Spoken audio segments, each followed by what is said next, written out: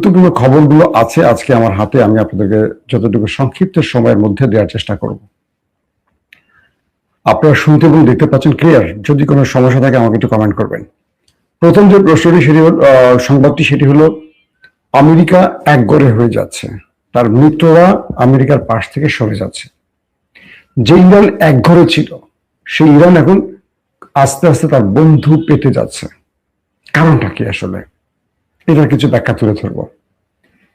France, Spain, German, Britain, Poland, সর্বশেষ এবার দাঁড়িয়ে গেছে নতুন আরেকটি দেশ ইতালি, যারা ইসরায়েলের সাথে সম্পর্ক ছেদ করার মতো হুমকি দিয়ে বসেছে।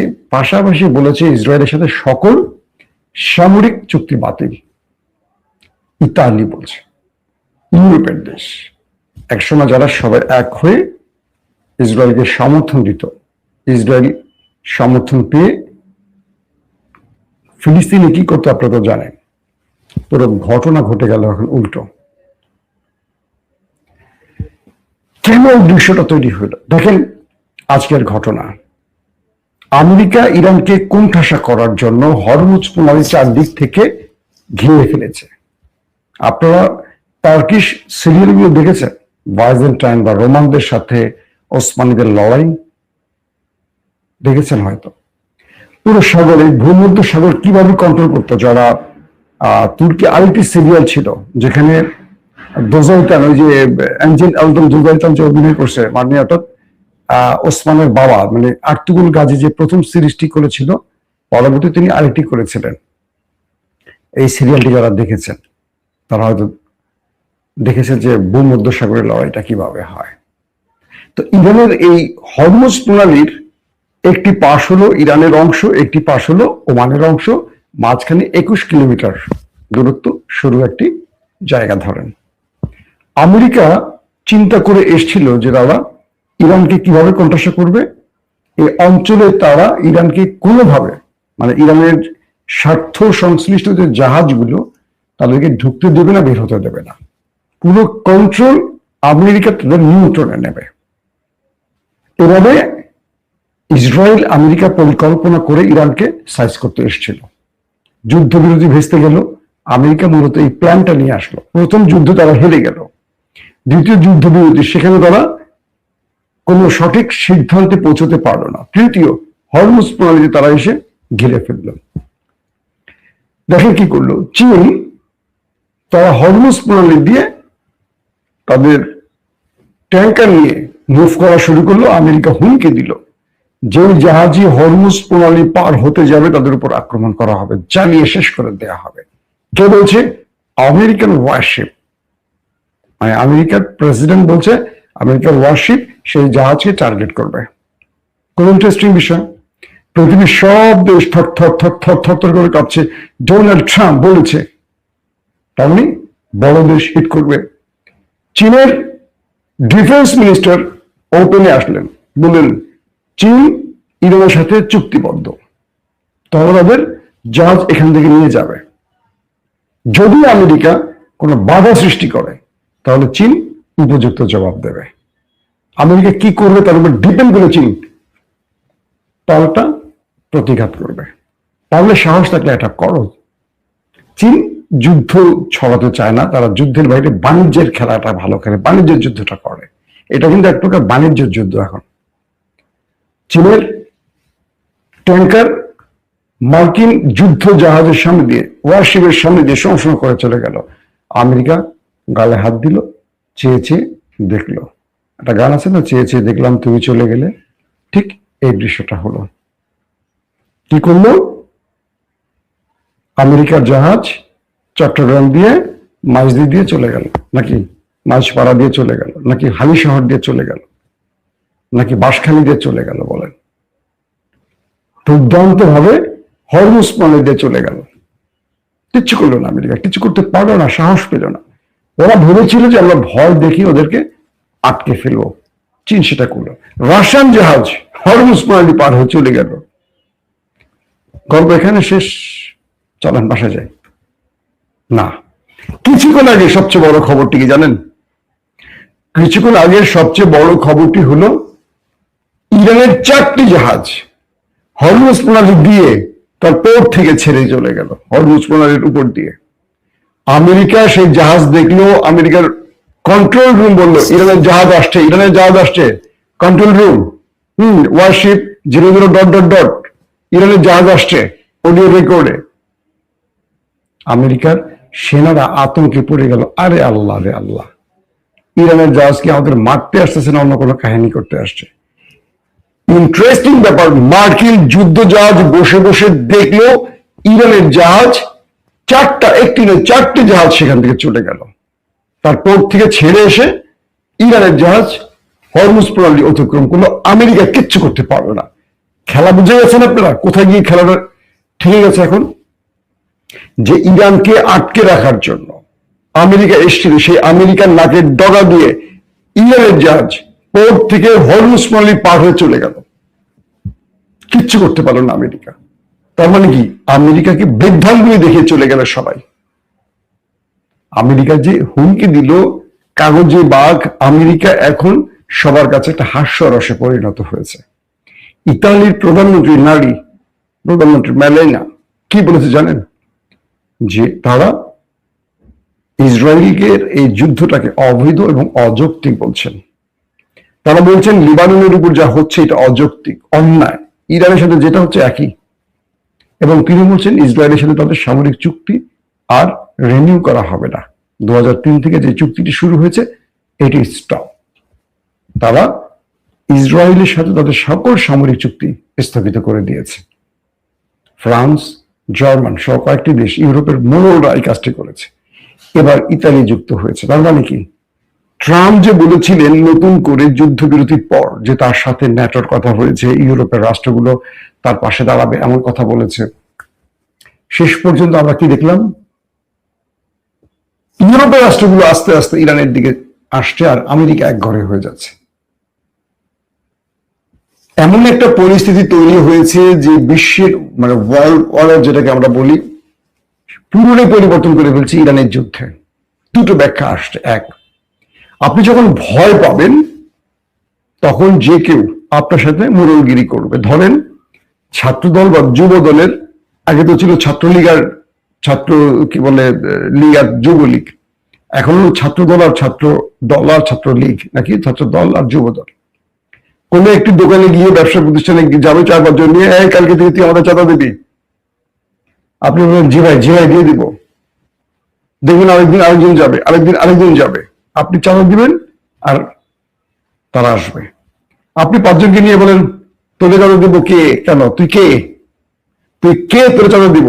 হ্যাঁ তোরা দিবি, কিন্তু জাস্ট ক্যাশ থেকে 2টা রডের পাইপ বের করবেন, দৌড়ানি দিবেন, দেখবেন উঠে পড়ে দৌড়।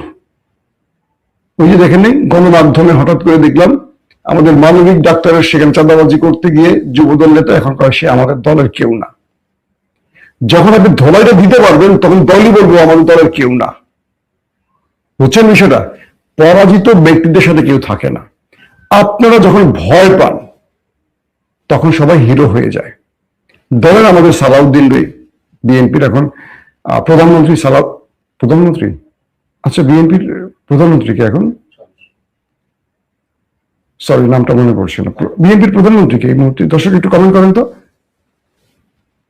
সালাউদ্দিন, ও তারেক রহমানের এখন পর্যন্ত কোনো বক্তব্য আমি শুনিনি। এইভাবে বসে থাকেন আর টেবিল চাপড়ান, সব কথা আমাদের একমাত্র স্বরাষ্ট্রমন্ত্রী, আইনমন্ত্রী, শিক্ষামন্ত্রী, হ্যাঁ গৃহাণমন্ত্রী, যুবমন্ত্রী, খেলামন্ত্রী, মন্ত্রিত্ব করা বাংলাদেশে একটু বলতে হবে আমাকে, আমি তো বাংলাদেশের খবর কম জানি। বাংলাদেশের A to Z সবগুলি মন্ত্রী একজন। উনি শিলংয়ে গিয়ে পিএইচডি করেছিলেন, শিলংয়ে পিএইচডি করে সব মন্ত্রিত্বের উপর গবেষণা করে আসছেন, এখন সব ফর্মুলা উনি একাই দেন।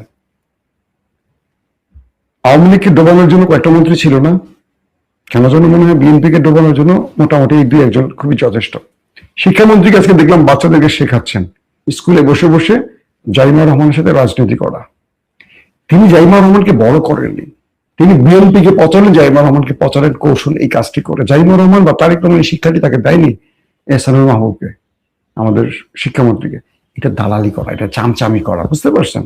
এই দেশটা চামচামি দালালির মধ্যে আছে বলেই দেখেন আজকে তেলের সংকট, এত তেল দেয় তারপর তেলের সংকট। এই তেলগুলো আমাদের গাড়িতে ঢেলে দিলে তো আমাদের একটু সাশ্রয়ী হয় রাজনৈতিক দলগুলোকে না দিয়ে। তো বিষয়টা হলো কি, ইরান যখন ধোলাইটা শক্তভাবে দিচ্ছে দুটো দেশকে, গালফ সহ, তখন পৃথিবী মনে করছে আরে আল্লাহ আমেরিকার তো মারা যায়, চাইলে তো আমেরিকার বেজুড়ে দেওয়া যায়, আমরা কেন ভয় পাইছি? ইরানের চেয়ে আমাদের কাছে আরো বেশি পাওয়ারফুল অস্ত্র আছে। ধরেন পাকিস্তানের এয়ারফোর্স ইসরায়েলের সাথে লড়তে গেলে ইসরায়েল 24 ঘন্টা পরে দাঁড়াতে পারবে না। পাকিস্তানের এয়ারফোর্সের কাছে ভারতে কাবু হয়ে যায়, জানেন? ইরানের কিন্তু খুব স্ট্রং এয়ারফোর্স নাই, ওদের মিসাইল আর ড্রোনের খেলাই মোটামুটি কাহিনী। পাকিস্তানের এয়ারফোর্স, পাকিস্তানের কাছে নিউক্লিয়ার আছে, আরো দুর্দান্ত মিসাইল আছে। তো পাকিস্তান যদি বলে, এই লড়াইটা যদি পাকিস্তান করতো ইরানের বদলে, ইরান শুধু গোপনে কিছু মিসাইল আর ড্রোন ছাড়তো, সাহেব মায়ের দিয়ে হয়তো খেলা কি এইভাবে হইতো? ইরান এতক্ষণ, পাকিস্তান এতক্ষণ এয়ারফোর্স F-16 মেশিন নিয়ে ঢুকে যদি তেল আবিব তারপর হাইফার মধ্যে ঢুকে আসদোদ ঢুকে খেলাতে চলে আসতে পারতো। তো বিষয়টা হলো, পাকিস্তান বলি বাংলাদেশ বলি এরা ভয় করে কাঁপে। এই কাঁপাকাঁপি করতে করতে তারা আসলে ঠিক বুঝতে পারে না যে মুসলমানদের মেরুদণ্ড ভেঙে যাচ্ছে ভয়। তো ইরান এই ভয়টাকে জয় করে ফেলেছে। এখন চীন বলতেছে ইরান যদি পারে, আমি এত বড় সুপার পাওয়ার, আমার তো সব আছে, আমি কেন ভয় পাবো? হ্যাঁ চল। রাশিয়ারও বলছে চলো। এখন দেখবেন কালকে দিকে অন্য, আজকে ইরানের 4টা জাহাজ চলে গেছে। এখন দেখবেন আমেরিকার এই খেলা শেষ। আমেরিকার এই দ্বিতীয় না তৃতীয় স্টেজে আমেরিকা যে মোড়লগিরি করতে এসেছিল, চারদিক থেকে ওয়ারশিপ দিয়ে ঘেরাও করা, সে খেলাও শেষ। ইরান সে খেলাও শেষ করে দিয়েছে। এখন গোপনে ট্রাম্প আবারও আলোচনায় বসতে চায় ইরানের সাথে। ট্রাম্পের ইজ্জত পুরা ফালুদা হয়ে গেছে। আজকে ফালুদা খাইছি ভাই, গলা ব্যথা করতে বুঝছেন, এই জন্য ফালুদার কথা মনে পড়ছে। ট্রাম্পের ইজ্জত পুরা ইরান ফালুদা করে ফেলছে। কি করবে এখন? এক ইউরোপ গোপনে গোপনে ইরানের সাথে সমঝোতা করছে, এক সৌদি আরব ব্যাপক চাপ সৃষ্টি করছে আমেরিকার উপর, যে তোরে বেটা এত পেট্রোল ডলার দিলাম, তুই না পারলি আমারে বাঁচাতে, তুই না পারলি হরমুজ করতে, তুই এলি এখন ঘেরাও দিতে, তোরে কেউ মানে না, তুই বেটা কিসের পরাশক্তি রে? এক ইরান তোর ধুতি খুলে দিয়ে দিছে। এখন তুই কি করবি? মন্টু মিয়ার নামানো চলার কোনো উপায় আছে তোর? মন্টু মিয়া বুঝছেন তো, আর বেশি বলা যাবে না মন্টু মিয়ার সম্পর্কে। এখন এমন একটি অবস্থায় ইরান দাঁড়াইছে, আমেরিকা দাঁড়াইছে। এখন আমেরিকা কয়েকটি সূত্রে আবারও তারা আলোচনা করতে চায়। ইরান বলছে আলোচনা করলে ওই একই বিষয়ে আসবে, ওই একই শর্ত থাকবে, এই শর্তের ব্যাপারে তুমি আলোচনা করতে চাইলে আমরা রাজি, এছাড়া আর কোনো খেলা নাই। তুমি আবারও ব্যর্থ হবা, আবারও আলোচনা আসবে, আবার 5 দিন সময় পাবা, সেই 5 দিনের নতুন নাটক করবে, এটা সম্ভব না। লেবানন আর নেতাকাকুর ব্যাপক খেলা চলতেছে। লেবানন উড়াদুরা মাই দিয়েছে, নেতাকাকু এয়ার স্ট্রাইক চালাচ্ছে। দুই দেশের মধ্যে মোটামুটি ভালো খেলা চলতেছে। এই খেলার সমাপ্তি কখন বোঝা যাচ্ছে না, বাট আস্তে আস্তে এই খেলা আরো অনেকগুলো দেশ জড়ায় যাচ্ছে। এখন পর্যন্ত ট্রাম্প তার দেশ, আন্তর্জাতিক ফোরাম এবং ইস্টাবলিশমেন্ট, ওয়ার্ল্ড ইস্টাবলিশমেন্টের প্রিয় তালিকা থেকে আউট হয়ে গেছে। কেন যেন মনে হয় ট্রাম্প বড় রকম ফাঁদে পড়ে গেছে। ইরানের রেজিম চেঞ্জ ঘটাতে এসে এখন আমেরিকা ইসরায়েলের রেজিম চেঞ্জ ঘটে যায় কিনা দেখেন। পাশাপাশি চীন আজকে 4টি শর্ত আমেরিকাকে দিয়ে দিয়েছে, যে তুমি যদি যুদ্ধ বন্ধ করতে চাও এই বিষয়গুলোকে মেনে নাও। একটা হলো পিস, একটা হলো রুল অফ ল, মানে আমেরিকাকে শিখাইছে যে তোমাকে শান্তি মেনে নিতে হবে, আইনের শাসন মেনে নিতে হবে। তুমি কারো দেশ দখল করবা, আবার তুমি কারো হয়ে দালালি করবা, তুমি একটা দেশে আক্রমণ করে স্কুলে বাচ্চা মেরে ফেলবা, আবার তুমি কাউকে টোল আদায় করতে দিবা, ইরানকে দিবা না, এটা না, আইনের শাসন আনতে হবে। এরকম 4টি ধারা চীন আমেরিকার ফর্মুলা ঢেলে দিয়েছে। এখন আমেরিকা কি করবে শেষ পর্যন্ত সেটা আমাদের দেখার বিষয়।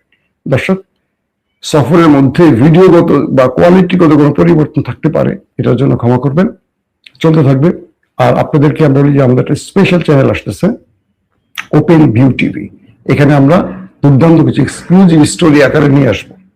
একদিকে ভিডিও থাকবে, সেটা ডকুমেন্ট থাকবে এবং দুর্দান্ত প্রেজেন্টেশন থাকবে, এডিটিং সবকিছু মিলে। এটা একটা আমাদের টিমই কাজ করতেছে, ওপেন ভিউ টিভি। আপনারা একটু সাবস্ক্রাইব করে রাখতে পারেন ইউটিউব, ফেসবুকে। ইনশাআল্লাহ আপনাদেরকে নতুন চমক দিবে খুব শীঘ্রই থেকে। ওই কাজেই আমি এখন সফরে আসছি। ওই কাজটা শেষ করার পর আপনাদেরকে আমরা আলাদা কিছু কি বলবো ডকুমেন্টেশন বা ওয়ার্ল্ড নিউজের যে দুর্দান্ত কিছু মেসেজ পৌঁছে দেওয়ার চেষ্টা করব। এখনকার মতো বিদায় নিচ্ছি, প্রত্যেকে ভালো থাকবেন, আল্লাহ হাফেজ।